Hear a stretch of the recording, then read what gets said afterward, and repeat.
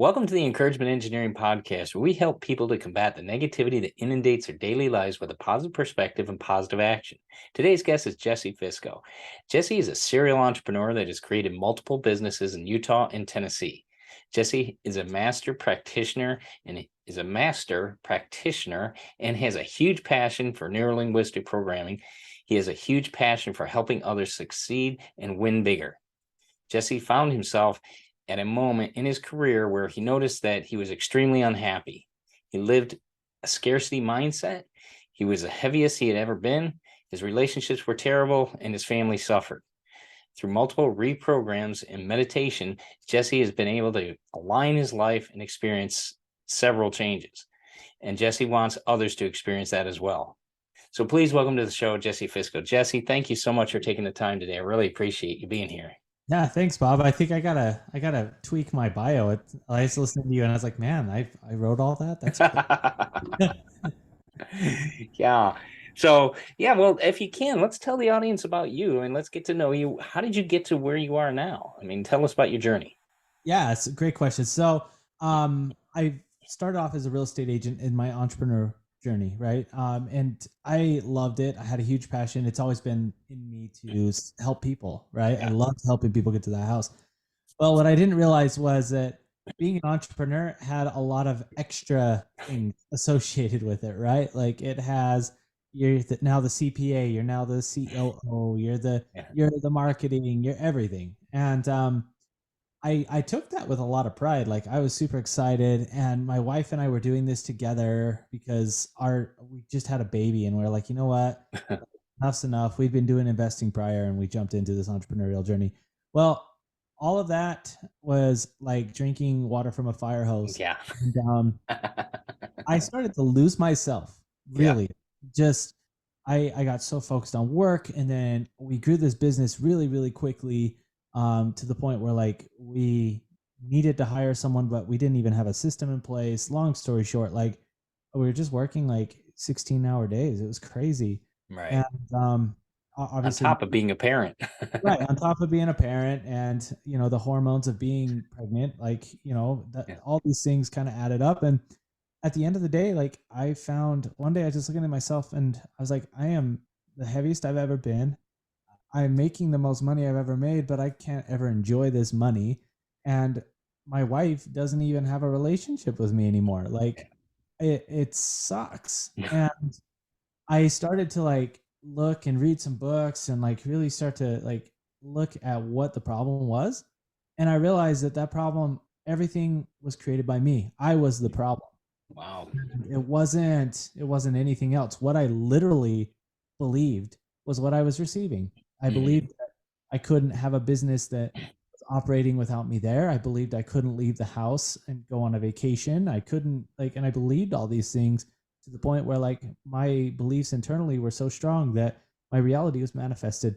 And as I started looking at that, that's the journey. That's how I got to this point. I started making changes and going back in time and understanding that I was very limited in what I believed, and erasing those programs. Some of those programs were generations I didn't even know had an effect on me. And it was, a really cool experience. So lo and behold, here I am, and created my Emerge coaching and got more aligned with myself, and know that, what I'm supposed to do on this earth is help people that were like me, that just were misaligned to get realigned. And it's a huge passion of mine. Well, thanks for sharing that with us, because I know, as much as people don't want to admit it, we can all use a little bit realigning, if you will. I call it a kick in the pants, but call it what you want. Sometimes, I'm the one that needs a 2x4 on the back of the head sometimes, but talk about that idea. You mentioned it here, inner certainty, if you will, if you can help us understand that a little bit, because I think that's important with the journey you walked and how you found that. If you can tell us how that works with, not only in your example, but with other clients as well. Yeah, for sure. So it all starts within. For those that are religious, or that are familiar with the Bible, it talks about cleaning out the inner vessel first. Yeah. And that's where it starts. And so for me on my journey, I didn't know what I liked. I had lost myself so much in business that like I knew I liked basketball. That's about it. And and that's what I do for my cardio, right? But like, that's it. I didn't know I enjoyed racing cars. I didn't know I enjoyed like going on hikes or being more creative. I didn't know I enjoyed helping people. And so what I started off with, and this is one of the key fundamentals to what I help my clients come in with, is I wrote down 100 things that I wanted. And if money wasn't an issue, Yeah. right? And these things were not for anyone else but for me. I started internally, and it was like, holy cow, I got to number 25 and I couldn't think of anything else. Right. And I was like, all right, I got to go back. And like, as I started researching, I discovered the things I really liked and realized that what I was doing was not in correlation to the things that actually enticed me. And Right. one of them in particular, I'll share. It's like I was looking at it going, a private island in Mexico, you can buy one for around $50,000. And I was like, Hmm. huh, that's it? Like, Yeah. that's crazy. And so I started looking at that. And then I realized the first thought that came to my mind was limiting. It was, Right. Jesse, you can't even go on a vacation. Why would you buy this? And that's where I started to unpack.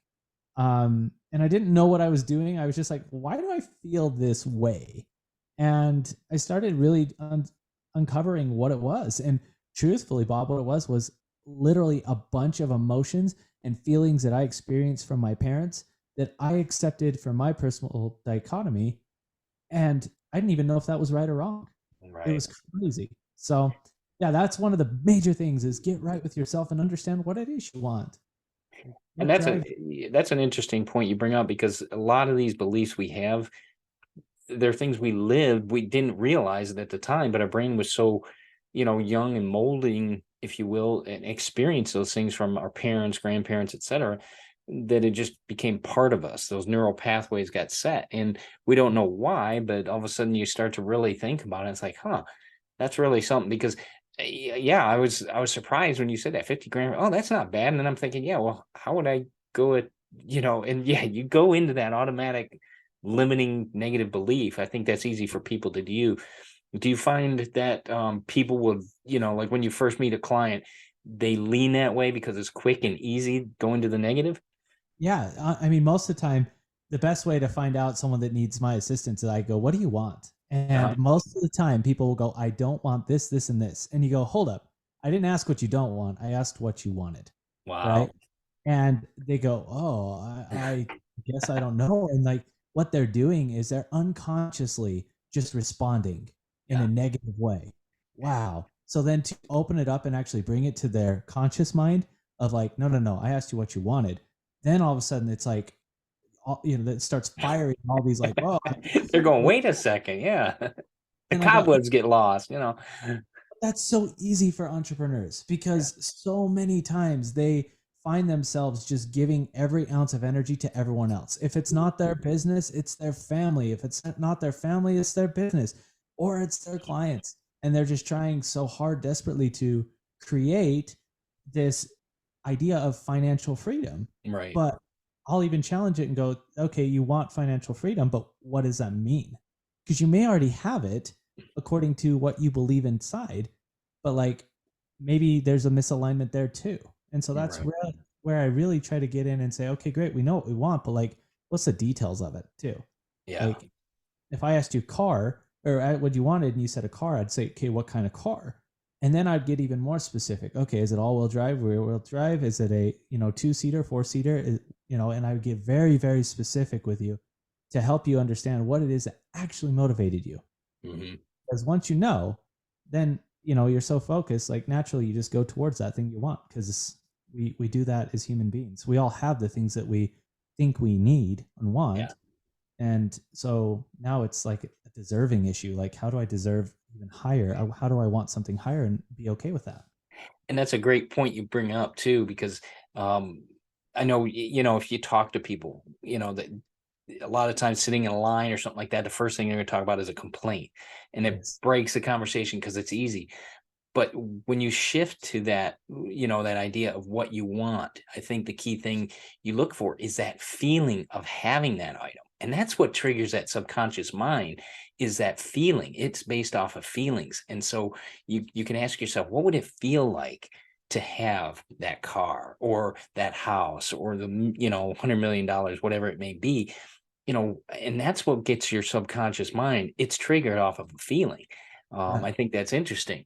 Um, It's so crazy, the science behind it, right? Like, yeah, it goes into our neocortex, we think about it, we start to really design it, and then as we feel it, it goes into the limbic system, which releases the chemical to our body, and then over time, the more we feel that chemical, it gets implanted in our cerebellum, right? yeah, And that's the third part of the brain, and that's our unconscious mind. So our unconscious mind, we do things in a quote unquote flow state. Like, yeah, imagine if a flow state was just like making money, yeah, or imagine if a flow state was just having the outcome you wanted every single time. Wouldn't that be amazing? Like, it'd be cool. yeah, yeah, So definitely. Cashing checks is always a good thing. exactly. Not working hard. Like, it's just Right. naturally, it just comes, right? Yeah. So Yeah. And that's what people say, positivity is Pollyanna. No, there's scientific fact. You just talked about how it went through your brain and your limbic system and goes into your limbic system to yeah, come about. I mean, it's not Pollyanna, it's science. there is science. Yeah. Yeah. And it's so interesting. Like, the more I've gotten into it, because I'm very like, okay, I need to understand the workings internally. Like, You can say it, you're the geek. Yeah. I can talk about this, but like, something that blew my mind as I was researching is your brain only remembers 50% of the memory. Wow. And so the other 50% is you going back and recreating, because you're wanting to feel that chemical release in your body. So that story starts getting bigger and bigger and bigger, Wow. just like a drug in essence, because that fix needs to get more and more and more for you to feel that. So now your story is so altered that 50% of it didn't even happen. Wow. Isn't that crazy? Like, That's whoa. So blows my mind to think about, like, those memories we have, even the good ones, right? They get amplified, right? And right. my wife told me this when we were first married. She's like, man, you just love to embellish stories a little bit. And it's like, yeah, but now it makes sense why I continue to embellish. Yeah, So, if you're a fisherman, it's great. exactly. That fish in their mind might It- actually be there an you go. oyster sound lunker, right? Exactly. Crazy. That's something. Now, do you think your background with the real estate and all that, and previous endeavors, did that help the potential that you might see in others? Because of what you've gone through, and if you will, projecting that outlook of, like you say, in real estate, getting that house or knowing the particulars of a house. Does that help you in helping your clients? Yeah, absolutely. I mean, obviously, any client that's a real estate agent that comes into the program, like, we instantly have that bond, right? Right. But what is so interesting about real estate agents is, like, although there's a lot of perception that people make a lot of money, that they are, it's easy for them, and there's a lot of perception around that, and helping people navigate through their individual perceptions, because we people come in this course, and they may be making like $100,000 $200,000, and that's the most they've ever made, or anyone in their family's ever made. And so, like, really getting onto that perception of, like, you do deserve this. Like, don't worry about what the other external environment thinks of you. It really depends on what you want, and if you want something more that's going to Mhm. require more money, that's okay. And helping people come to terms with, it's okay to have more than your mom and dad had, Right. because with that more, with that abundance, you now can go serve, and think of how much more you could serve these other people around you and provide experiences they never had. And so, like, if I can, I'll share a quick Yeah. example, 'cause this is fresh on the mind. My mom, her dad recently passed. So my grandpa passed away last week, I'm and sorry to my hear that. grandpa, oh, it's okay, it's all right. He's a good man and lived a great life. Um, but he lived 4 hours away, Wow. and so when he went to the hospital, the writing was on the wall that this might be the time. But my mom didn't have the resources to get there faster, so Mhm. she had to drive. Well, naturally, in that 4 hour time frame, the symptoms and everything he had continued to get worse, and he passed away. Mm. So I look at that and I take that as accountability and say, had I gotten my crap together earlier, I could have flown my mom on a private jet to go do that. And I start to take that personally and say, okay, now, in essence, if I had the money that I truly, truly wanted and I desired, and I was working towards that, I could do that. And that is serving a greater good. It Right. doesn't matter that my friends or my family out externally think I'm crazy for having a jet. But what's so amazing about it is I could actually serve at a higher capacity to make someone's life so special. Right. Yeah, and that's the key thing people need to understand is no matter whatever amount of money you make or have, we all end this planet in the same manner. We don't come out alive. And that's a great point you make is the money is a tool and you have to realize that. It's just like a hammer is a tool. I don't love my hammer. I Right. use my hammer to make break down things or do what I need to do with it. Money's the same way. You can help, like you said, help people to get to critical things like that, help a church put a new roof on their, building, whatever it may be, help the hungry. You choose, but it's there as a tool. And you definitely, that helps to build that, if you will, focused effort that it's not all about a dollar amount or there's bigger reasons for doing what you want to do. Right. And that's where I would say getting very specific, going back to what is it that drives you? What is it that motivates you? Some people would be like, I don't need a jet to fly my mom to see a dying father. Yeah. But like for me, that motivates the heck out of me. Like Yeah. I take that as like, this is my calling. This is what I'm supposed to do on this earth in whatever amount of time I have. This is why I'm here. Like it has nothing to do with like the flashy cars and the Yeah. that kind of stuff. No, what it has is I have the capability, resources, and the mind to go create lots of wealth to help bless other people around me. Yeah. And that's where it gets so much fun. And that's a great insight and a great reminder for people with that. One of the things you talk about too is thought drifting, if you can. And I think I love that name, if you will, the thought drifting. Yeah. How does that cripple people? Um, when we try to achieve our goals.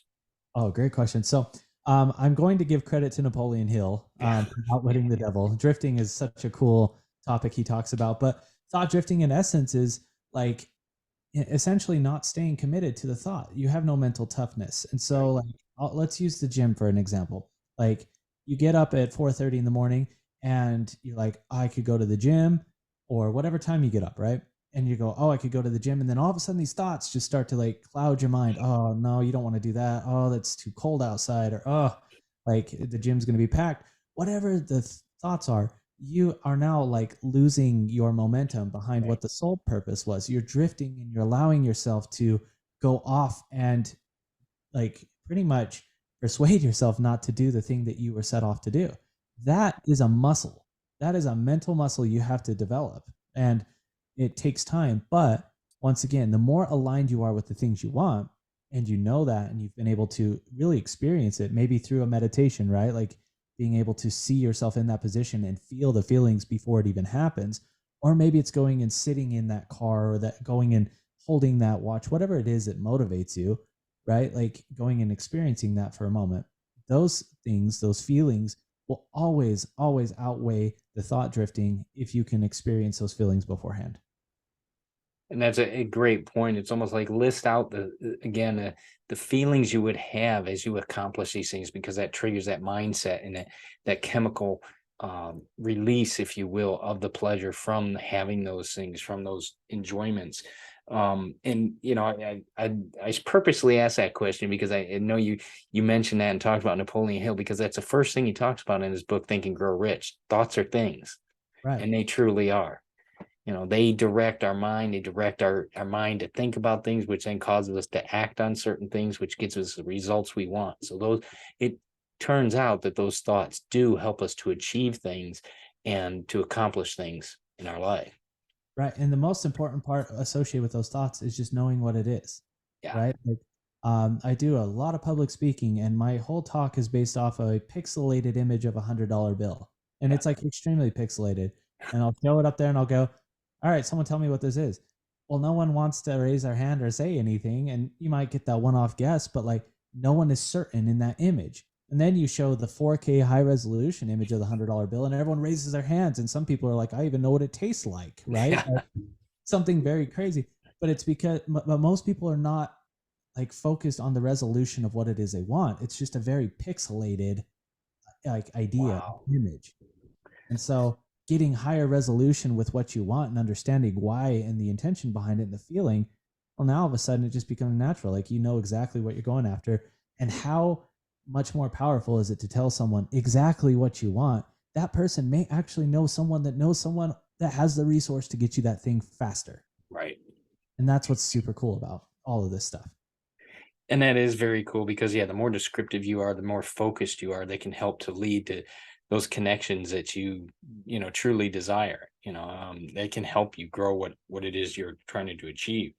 One of the other things that I thought was interesting in one of your little podcasts that you released too, it talked about your inner voice. Um, I mean, how faith and fear can be in the same room, but which one are you going to feed? It's like the story of the two wolves, which wolf are you going to feed? Right. How do you help guide your clients so that they don't listen to that negative one? Yeah, that's a great question. And honestly, once again, it is a mental muscle, right, that we're developing every single day.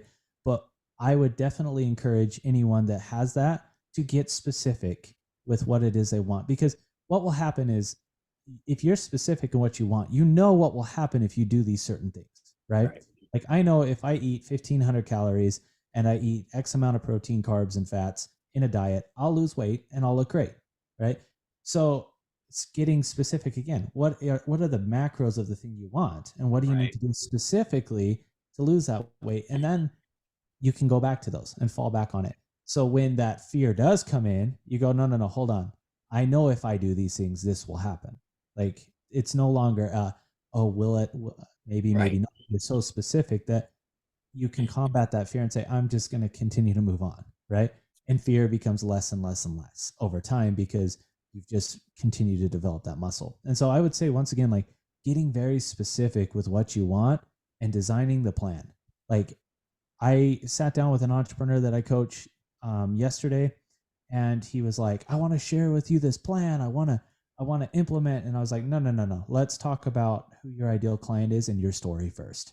Like I need to know who we are and what's the journey and the feelings and the why. And once we uncovered the why, then it was like, oh, great, your program's fantastic. You don't need to make any changes, right? Because he already had it. But what he didn't realize was the internal, like, who's my client? Right. What do they look like? What's their name? Are they right-handed, left-handed? How specific does he want to get with this client so that when he does talk to that client, like he already knows. And Right. it's an assumptive close. It's not a, oh, is this person, did I build Right. enough rapport? Like he just knows. It's easy.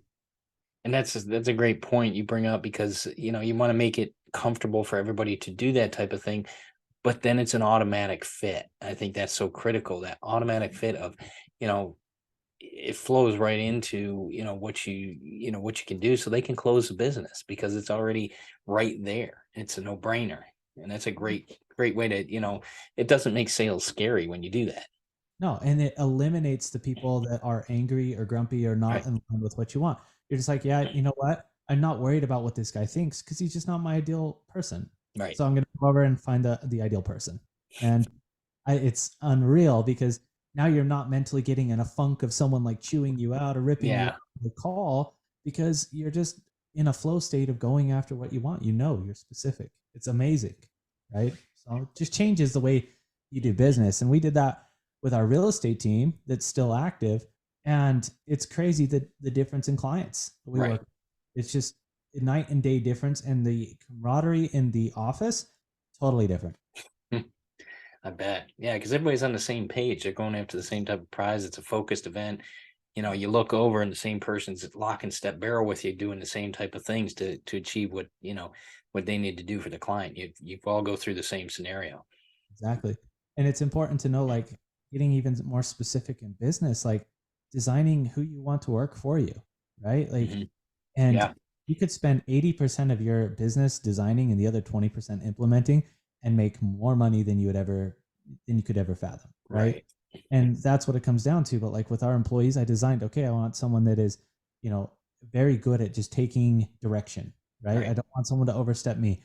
Okay, I don't really care the gender, but they absolutely need to be available from this time to this time. And I just started designing it. So then in the interview, like I just look at Yeah. the resume and go, oh, yeah, this person's good fit. I'll interview this person. And I'm not wasting as much time interviewing 15 candidates because I know specifically what I need.